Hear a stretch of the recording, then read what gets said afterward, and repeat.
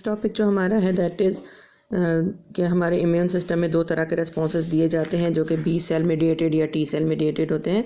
तो उसमें antibody mediated या ह्यूमोरल रिस्पॉन्स जिसको हम इम्यून रिस्पॉन्स बी सेल्स की तरफ से जो कंट्रीब्यूट किया जाता है, जिसको हम बेसिकली इस वजह से कहते हैं कि ये लिक्विड कंसिस्टेंसी के अंदर ये अंजाम पा रहा है, ये लिक्विड नेचर के जो मीडियम आप कह रहे हैं उसके अंदर ये अकरेंस हो रही है इसकी, इसलिए हम इसको बी सेल्स के रिस्पॉन्स को एंटीबॉडी मीडिएटेड या ह्यूमोरल रिस्पॉन्स का नाम देते हैं।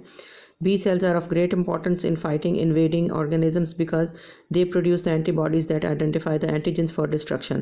अब B cells जो है वो प्राइमरी इंपॉर्टेंस के किस लिए हैं, क्योंकि जैसे ही कोई एंटीजन आती है अगर B सेल मौजूद है वहाँ पर B सेल के साथ उसकी स्पेसिफिक रिसेप्टर साइट के ऊपर बाइंडिंग हो जाती है और जैसे ही वो बाइंडिंग कंप्लीट होती है B सेल उसको समझे रिकग्नाइज कर जाता है। रिकग्निशन के बाद ये फ़ौरन इधर उधर मैसेजेस भी भेजता है टी सेल्स को भी, और दूसरा जो है वो बी सेल्स अपने साथी दूसरे बी सेल्स को भी ट्रिगर कर देता है कि वो अपनी पॉपुलेशन जनरेट करें प्लाज्मा सेल्स के नाम से। The B cells carry some of their particular antibodies on their plasma membrane. When an antigen comes into contact with the B cell whose antibodies recognize the antigen, the B cells binds to the antigen. यानी पहली बार जब antigen कभी भी आती है तो वो B cell के ऊपर जो स्पेसिफिक रिसेप्टर साइट्स मौजूद हैं जिनको हम एंटीबॉडीज़ ही कह रहे हैं या एंटीबॉडीज़ के जो वेरिएबल एरियाज़ हैं इनके ऊपर आकर वो एंटीजन अटैच हो जाती है और जैसे ही उसकी रिकग्निशन कंप्लीट होती है बी सेल जो है वो बाइंड कर लेता है उस चीज़ को। When stimulated by one kind of T cells helper T cell, the B cell divides many times producing the plasma cells and produce and secrete more of this particular antibody. उसके बाद क्या है कि जैसे ही ये रिकग्निशन कंप्लीट होती है यानी एंटीजन एंटीबॉडी कॉम्प्लेक्स बन जाता है तो बी सेल जो है उसको एक ट्रिगर मिलता है और उसकी हेल्प करते हैं टी सेल्स आकर, हेल्पर टी सेल्स, जो कि उसको बेसिकली स्टिमुलेट कर देते हैं कि वो अपनी जनरेशन पैदा करे या क्लोन्स पैदा करे जिनको हम प्लाज्मा सेल्स का नाम देते हैं, ताकि ज़्यादा से ज़्यादा एंटीबॉडीज़ जो है उनकी मिकदार पैदा की जा सके। जितने ज़्यादा बी सेल्स या प्लाज्मा सेल्स होंगे उतनी ही एंटीबॉडी की क्वांटिटी ज़्यादा होगी। These antibody molecules are carried through the circulation। उसके बाद ये सारे बी सेल्स या प्लाज्मा सेल्स बिखर जाते हैं, सर्कुलेशन में ही फैल जाते हैं ताकि दूसरों को आगाह किया जा सके। If they encounter antigen, the antibodies bind to the antigen molecule and thus mark them for destruction by other parts of the immune system. यानी जहाँ जहाँ फिर उन बी सेल्स को या प्लाज्मा सेल्स को एंटीजन मिलती है, एंटीजन को अपने साथ साथ बाइंड करते जाते हैं और उसको मार्क करते जाते हैं। मार्क करने का मकसद क्या होता है कि दूसरे सेल्स को अलर्ट कर दिया जाए, जिनमें टी सेल्स की मुख्तलिफ कैटेगरीज आती हैं या मैक्रोफेजेस आती हैं। जब जहाँ कहीं भी मैक्रोफेजेस को ये एंटीजन एंटीबॉडी कॉम्प्लेक्स मिलता है उसको फ़ौरन ये अटैक करते हैं और उसको एनगल्फ करके उसको ख़त्म करने की कोशिश कर लेते हैं। तो ये था हमारे पास बेसिकली ह्यूमोरल रिस्पॉन्स, जिसमें क्या होता है कि लिक्विड कंसिस्टेंसी में या लिक्विड मीडियम के अंदर जो बी सेल्स उसको मैनेज कर रहे हैं जिस इम्यून रिस्पॉन्स को, तो उसको हम कहते हैं ह्यूमोरल रिस्पॉन्स। दूसरा हमारे पास है सेल मीडिएटेड इम्यून रिस्पॉन्स, जो कि टी सेल्स की जिम्मेदारी है। Unlike B cells that produce the antibodies that subsequently mark the antigens for destruction, T cells are directly involved in destroying the invading cells as well as regulating other parts of the immune system। तो उसमें T cells की ज़िम्मेदारी यही है कि वो directly attack करते हैं, एंटीजन को अटैक करके इन्वेडिंग सेल्स को अटैक करके उनको ख़त्म करते हैं और साथ ही साथ में ये हेल्प भी कर रहे होते हैं। मुख्तलिफ़ तरह के T cells जैसे हमने टेबल में स्टडी किए थे, तो T cells के मुख्तलिफ़ काम हैं, मुख्तलिफ़ नेचर के होते हैं। T cells responses are called a cell mediated immune response, क्योंकि इनका फिजिकल इंट्रूजन होता है उस सारे रिएक्शन के अंदर, इसलिए हम इस रिस्पॉन्स को जो टी सेल्स जनरेट करते हैं उसको कहते हैं सेल मीडिएटेड इम्यून रिस्पॉन्स। अब एक कैटेगरी जो कि हमने पढ़ी है टी सेल्स की, that is natural killer cells. They are also called cytotoxic T cells. They recognise the cell surface changes on the cancer cells, virus infected cells, fungi, bacteria, protozoa और helminth parasites. यानी ये वो सारी invaders हैं, सारे वो antigens हैं जिनके अगेंस्ट हमारे नेचुरल किलर सेल्स काम करते रहते हैं। The action of natural killer cells is why tissue and organ transplants are rejected in birds and mammals. यानी इन्हीं के ज़िम्मे है कि अगर एक एनिमल में किसी दूसरे एनिमल का ऑर्गन या टिश्यू ट्रांसप्लांट करके लगाया जाता है तो उसको रिकग्नाइज करें कि आया ये उससे मैच करता है या नहीं करता। अगर फ़र्ज़ करें मैच नहीं करता तो वो टिश्यू को रिजेक्ट कर दिया जाता है। In the rejection mechanism NK cells enter the transplanted tissue through the blood vessels, recognize it as a foreign, attach to the tissue and destroy it। यानी सिंपली वो करते क्या हैं कि उसको रिकग्नाइज करने के लिए या सेल्फ और नॉन सेल्फ में डिस्टिंक्शन के लिए उसी टिश्यू के अंदर चले जाते हैं ब्लड वेसल्स के थ्रू, उसको रिकग्नाइज करते हैं और अगर उसको फॉरेन सब्सटेंस के तौर पर लिया जाता है तो उसको फ़ौरन उससे अटैच होकर उसको डिस्ट्रॉय कर देंगे। However, the body tolerates the tissue and organ transplants between identical twins who have identical sets of DNA and hence identical self-recognition marker regions. तो आइडेंटिकल ट्विंस जो होते हैं वो अगर आपस में कोई ऑर्गन्स या टिश्यू ट्रांसप्लांट उन केसेस में होता है तो उसको रिजेक्ट नहीं किया जाता, क्योंकि एक तो DNA सेम है, दूसरा जो उनके अंदर एंटीबॉडीज़ या बी सेल्स पाए जाते हैं उनके अंदर सेल्फ रिकग्निशन मार्कर्स भी एक ही जैसे होते हैं, सो उनको रिकग्नाइज कर लिया जाता है सेल्फ के तौर पर, उसको डिस्ट्रॉय नहीं किया जाता। T cells also regulate the activity of other parts of the immune system, यानी T cells ना सिर्फ बचाते खुद उस अटैक में शामिल हो रहे हैं बल्कि दूसरों को भी उसमें इन्वॉल्व करने की कोशिश कर रहे हैं और दूसरों को भी हेल्प आउट कर रहे हैं। For example, suppose several bacteria penetrate the first line of defence, जिसको हमने कहा था फिजिकल बैरियर्स, हमारे जो बायोलॉजिकल बैरियर्स हैं, अगर उनको क्रॉस करके कोई बैक्टीरिया हमारे ब्लड में एंटर हो जाते हैं, उसको ब्रीच करके थ्रू एन एब्रेजन और कट, यानी हमें कोई कट लगा है, कोई एब्रेजन हुई है, रगड़ आई है, उसके नतीजे में बैक्टीरिया जो है वो कामयाब हो गए हैं कि हमारी स्किन को छील कर काट कर हमारे कैपिलरीज के थ्रू हमारे ब्लड में एंटर हो गए हैं। इन्फ्लेमेशन अकर्स, उसके बाद पहला जो लाइन ऑफ डिफेंस में काम किया जाएगा that will be inflammation and macrophages phagocytize the bacteria, यानी पहला काम मैक्रोफेजेस ही संभालेंगे, कोशिश यही करेंगे कि मज़ीद नौबत ना आए और उसको वहीं पे ही उसको एनगल्फ करके फेगोसाइटाइज कर दिया जाए। The macrophage destroy most of the antigens or bacteria, but some of the antigens are moved to the surface of the plasma membrane of both macrophages and B cells. लेकिन फिर भी कुछ ना कुछ बैक्टीरिया कामयाब हो जाते हैं, वो आगे ब्लड में ट्रैवल कर जाते हैं और मुख्तलिफ जो मैक्रोफेजेस हैं और बी सेल्स हैं उनकी साइट्स के ऊपर जो सेल्फ मार्कर्स लगे हुए हैं या जो ये जो एंटीबॉडीज़ अटैच हुई हुई हैं उनकी स्पेसिफिक वेरिएबल साइट के ऊपर जाकर अटैच होने में कामयाब हो जाते हैं, where they are displaced alongside the self recognition marker.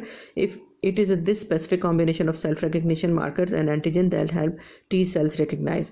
तो इसमें T cells का काम है अब इस चीज़ को, जो ये कॉम्प्लेक्स बन जाएगा किसके दरमियान में, बैक्टीरिया और B सेल्स के या मैक्रोफेजेस के ऊपर जो स्पेसिफिक रिकग्निशन साइट्स हैं उनके ऊपर जाकर जब एंटीजन या बैक्टीरिया अटैच कर जाते हैं तो एक कॉम्प्लेक्स कॉन्स्टिट्यूट होता है जिसको फिर हेल्पर T सेल्स रिकग्नाइज करते हैं। अब फिगर 36.14 में हमें इसको बहुत अच्छे तरीके से समझाया गया है। इसमें दिखाया गया है कि स्किन एब्रेजन या स्किन में कोई कट लगता है तो वहाँ से ये एंटीजन मॉलिक्यूल्स जो है वो ब्लड में एंटर हो गए हैं। एंटीजन मॉलिक्यूल जैसे ही आते हैं इनको सबसे पहले मैक्रोफेजेस जो है वो कंट्रोल करने की कोशिश करते हैं। मैक्रोफेजेस के ऊपर कुछ जो सेल्फ मार्कर्स हैं वो एंटीजन को अपने साथ बाइंड कर लेते हैं। एंटीजन और मैक्रोफेजेस का ये कॉम्प्लेक्स जो है वो ब्लड में ट्रैवल करना शुरू करता है। अब क्या करते हैं ये मैक्रोफेजेस कि जैसे ही ये एंटीजन को एनगल्फ करते हैं उसके कुछ पोर्शंस को, कुछ टुकड़ों को अपनी सरफेस के ऊपर जो है वो फैला देते हैं ताकि वो बाहर एक्सपोज हो जाएं। जैसे ही एंटीजन एक्सपोजर होता है उसके बाद ये मैक्रोफेजेस अपने अंदर से कुछ मॉलिक्यूल्स, कुछ केमिकल सब्सटेंसेस निकालते हैं जिनको हम IL-1 यानी इंटरल्यूकिन 1 जो है वो उसका नाम दे देते हैं। अब इसका मकसद क्या था बेसिकली दोनों काम करने का, एक तो एंटीजन को अपनी सरफेस पे एक्सपोज करने का और दूसरा इंटरल्यूकिन रिलीज़ करने का ताकि दूसरे जो इम्यून सिस्टम के साथी हैं उनको अलर्ट कर दिया जाए। अब इनके रिलीज़ की वजह से क्या होता है कि हेल्पर T सेल जो आसपास ही मौजूद हैं वो फ़ौरन आकर इसको रिकग्नाइज़ कर लेता है और इस मैक्रोफेज को अपने साथ अटैच कर लेता है। अब दो तरह से अटैक हो गया, एक तरह से मैक्रोफेज ने उसको अटैक किया, अपने साथ अटैच कर लिया और दूसरी तरफ से T सेल ने भी उसको एनगल्फ करने के लिए उसके पास पहुंच गया है। अब ये कॉम्प्लीमेंट्री सिस्टम सारा जो है वो एक तरह से फंक्शन में आ गया है। दूसरी तरफ हम देखते हैं कि अगर फ़र्ज़ करें कि ये तो मैक्रोफेज ने काम किया, अगर यही बैक्टीरिया किसी बी सेल के साथ एनकाउंटर कर जाता है, ये बी सेल का स्ट्रक्चर दिखाया गया और इसके ऊपर ये एक्सपोज्ड वाई शेप्ड एंटीबॉडीज़ हैं जो कि उसकी प्लाज्मा मेम्ब्रेन के ऊपर एक्सपोज्ड हैं। ये उसकी वेरिएबल साइट्स हैं जो कि एक्सपोज कर रही हैं सामने की तरफ और एंटीजन को अपने साथ वहाँ पे बाइंड करके एक सेल्फ रिकग्निशन मार्कर या कॉम्प्लेक्स कॉन्स्टिट्यूट कर देती हैं। अब दोनों तरफ से जब भी इंफॉर्मेशन आती है ये T सेल्स की तरफ बेसिकली रवाना हो रहे हैं ये दोनों चीज़ें, तो आइदर मैक्रोफेजेस की तरफ से या बी सेल और इस एंटीजन का कॉम्प्लेक्स बनने की वजह से यहाँ पर एक कॉम्प्लेक्स कॉन्स्टिट्यूट होता है। तो हेल्पर T सेल दोनों तरफ से ये हेल्प करता है, यानी इसका मतलब ये नहीं है कि ये एक ही हेल्पर T सेल है बल्कि मुख्तलिफ जगहों पर जो हेल्पर T सेल्स मौजूद होते हैं वो दोनों ही तरफ में तवज्जो देना शुरू कर देते हैं, यानी आइदर बी सेल्स या फिर मैक्रोफेजेस दोनों की तरफ से उसको अलर्टनेस मिलती है तो वो T सेल्स जो है वो काम में आ जाते हैं। अब T सेल क्या करते हैं, इसी बी सेल को फ़ौरन ट्रिगर कर देते हैं जिसके साथ सेल्फ रिकग्निशन मार्कर के तौर पर या उसके ऊपर आकर एंटीजन अटैच हुई थी कि अपने अंदर से जो है वो सेल्स की एक जनरेशन या एक क्लोन पैदा करे जिसको हम प्लाज्मा सेल्स कह रहे हैं। तो ये बी सेल जो है वो फंक्शन स्टार्ट कर देता है, अपनी रिप्रोडक्शन स्टार्ट कर देता है जिसको हम प्लाज्मा सेल्स कहेंगे। उसके बाद क्या है कि जितने ज़्यादा बी सेल्स हैं progeny differentiates into antibody secreting plasma cells. कुछ सेल जो है वो अपनी जनरेशन्स पैदा करने के बाद जो है वो नेक्स्ट स्टेप के अंदर चले जाएंगे और मुख्तलिफ जो एंटीजन के दूसरे मॉलिक्यूल्स हैं उनको अपने साथ बाइंड करना स्टार्ट कर देंगे, क्योंकि जितने प्लाज्मा सेल्स होंगे उतनी ही ज़्यादा एंटीबॉडीज़ की जनरेशन होगी और जितनी एंटीबॉडी जनरेट करेंगी वो एंटीजन को काबू कर सकती हैं और उसको अपने साथ एंटेंगल कर सकती हैं। अब उसमें क्या होगा कि प्लाज्मा सेल्स एक तरफ से उसको कंट्रोल कर रहे हैं और दूसरी तरफ इसी बी सेल ने एक तरफ प्लाज्मा सेल्स की जनरेशन दी, दूसरी तरफ उसने मेमोरी सेल्स जनरेट कर दिए। मेमोरी सेल्स का काम क्या है कि ये पर्टेन करेंगे, ये परसिस्ट करेंगे ब्लड वेस्कुलर सिस्टम के अंदर, ताकि कभी दूसरा और तीसरा अटैक हो तो फ़ौरन ये मौजूद हो और इस सारे चक्कर की ज़रूरत ना पड़े, बल्कि जैसे ही लिटरली इसके साथ अगर एंटीजन बाइंड करती है तो फ़ौरन प्लाज्मा सेल्स की जनरेशन स्टार्ट हो जाए और उसको पहले हमले के मुकाबले में ज़्यादा इफेक्टिवली कंट्रोल किया जा सके। उसके बाद जब हम प्लाज्मा सेल्स को देखते हैं कि ये एनकाउंटर करते हैं एंटीजन को, तो उसके बाद हमारे पास यहाँ पे इन्फ्लेमेटरी रिस्पांस आ जाता है, एम्प्लीफिकेशन हो जाती है उसकी और मैक्रोफेज जो है वो इस एंटीजन को घेर घार कर उसको एनगल्फ कर लेते हैं और फेगोसाइटाइज कर लेते हैं। तो ये सारा इम्यून रिस्पांस है जिसमें मुख्तलिफ सेल्स कॉन्ट्रीब्यूट करते हैं, आइदर मैक्रोफेजेस भी या बी सेल्स भी। पहली बार जब भी एंटीजन आती है तो ये दोनों में से कोई भी इनको अपने साथ अटैच कर सकता है, सेल्फ मार्कर रिकग्निशन साइट बना लेता है। उसके बाद टी सेल्स फंक्शन करते हैं। टी सेल्स जो है वो एक तरफ इंटरल्यूकिन के रिलीज़ को पॉसिबल बनाते हैं। ये मैक्रोफेज में से IL-1 इंटरल्यूकिन 1 रिलीज़ हो रही है और जब ये टी सेल के साथ अटैच होता है तो टी सेल अपने अंदर से इंटरल्यूकिन 2 रिलीज़ करना स्टार्ट कर देता है। अब ये जहाँ जहाँ केमिकल सब्सटेंसेस जाएंगे, दूसरे जो टी सेल्स मौजूद हैं, जो नेचुरल किलर सेल्स हैं या बी सेल्स हैं या मुख्तलिफ तरह के इम्यून रिस्पॉन्सेज वाले सेल्स हैं, वो सारे ट्रिगर हो जाएंगे।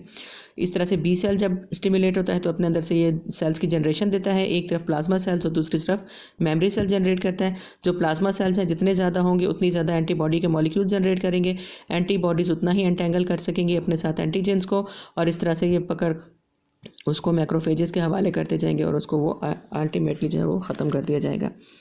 When the macrophage reacts with helper T cell, it releases interleukin-1.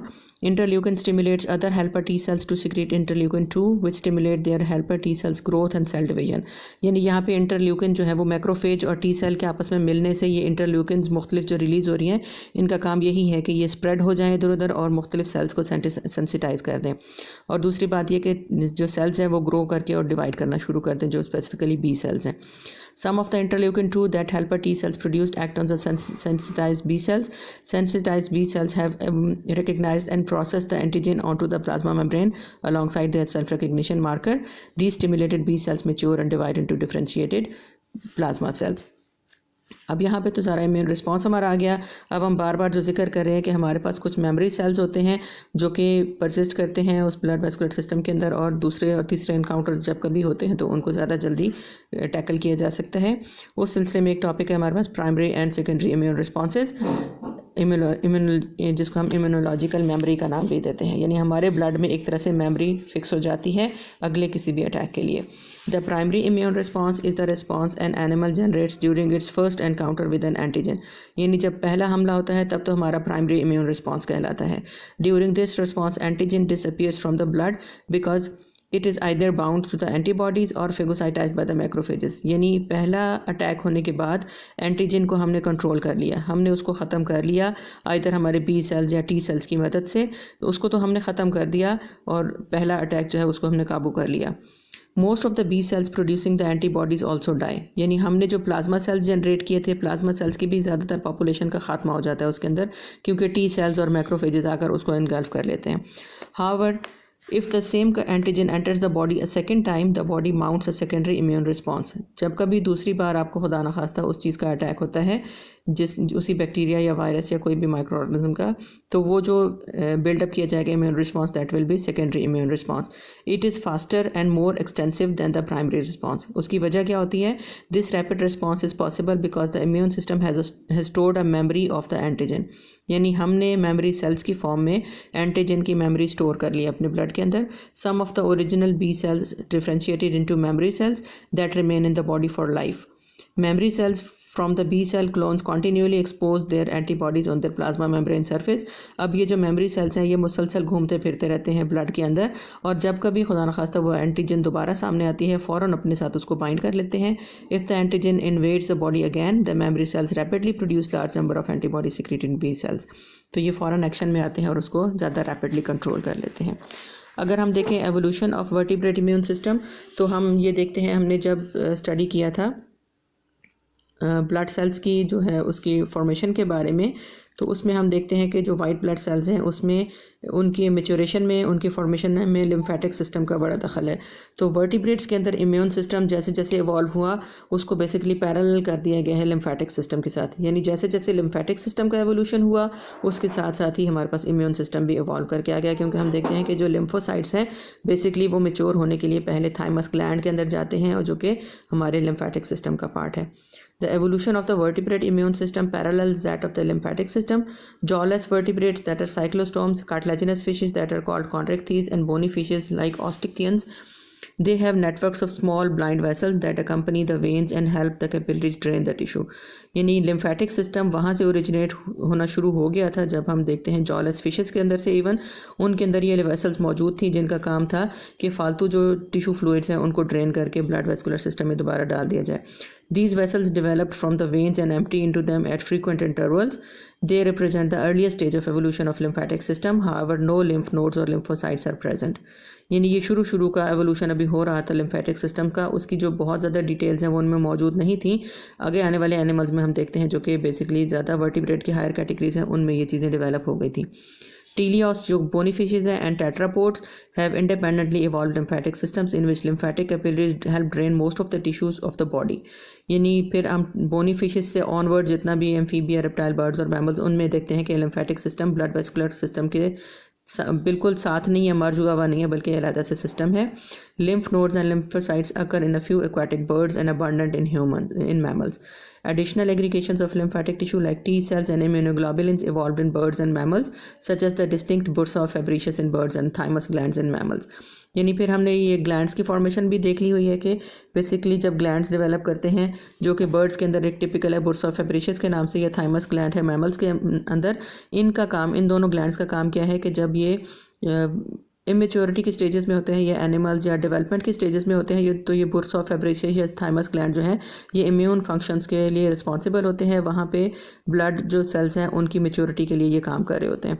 तो जहाँ पे हम टी सेल्स का नाम देखते हैं या जहाँ पे हम बेसिकली लिम्फोसाइट्स का नाम देते हैं, उनकी मेच्योरेशन के लिए या उनकी डेवलपमेंट के लिए हमेशा जो है वो इसके लिम्फेटिक सिस्टम के जो ग्लैंड्स हैं वो काम करते हैं। लिम्फ नोड्स के अंदर ये डेवलप करते हैं, जिनको हम टिपिकली बुर्सा फेब्रिशियस, ये भी एक लिम्फेटिक सिस्टम का पार्ट आ जाता है, और थाइमस ग्लैंड भी हमारे पास लिम्फेटिक सिस्टम का पार्ट है, एक ग्लैंड है। Both of these organs are particularly large and active in late fetal and young individuals, but gradually regress as the animal matures. They play a functional role in processing of lymphocytes and development of the immunological maturity। तो जैसे जैसे हम देखते हैं कि lymphatic system develop करता गया animals में, साथ साथ ही उनका इम्यून सिस्टम भी उतना ही हाईली डेवलप करता गया। जो फीटल स्टेजेस हैं या यंग इंडिविजुअल्स हैं उनमें ये थाइमस ग्लैंड्स और जो बुर्सा फेब्रिशियस है ये ज़्यादा प्रोनाउंस्ड होते हैं, बड़े साइज़ के होते हैं, क्योंकि इनका काम इन्हीं सेल्स की मेच्योरिटी से रेलेवेंट है, बी सेल्स और टी सेल्स की मेच्योरिटी से, स्पेशली टी सेल्स की। तो उसके बाद जैसे ही इंडिविजुअल जो है वो ग्रो अप करता है, एडल्ट फॉर्म में आता है, तो ये दोनों जो स्ट्रक्चर्स हैं बुर्सा फेब्रिशियस या थाइमस ग्लैंड, ये जो है वो आप कहते हैं कि रिग्रेस हो जाते हैं या उनका साइज़ छोटा हो जाता है, उनकी प्रोडक्शन जो है उसका लेवल कम हो जाता है, क्योंकि इम्यून रिस्पॉन्सेस बेसिकली अटेन किए जा चुके होते हैं।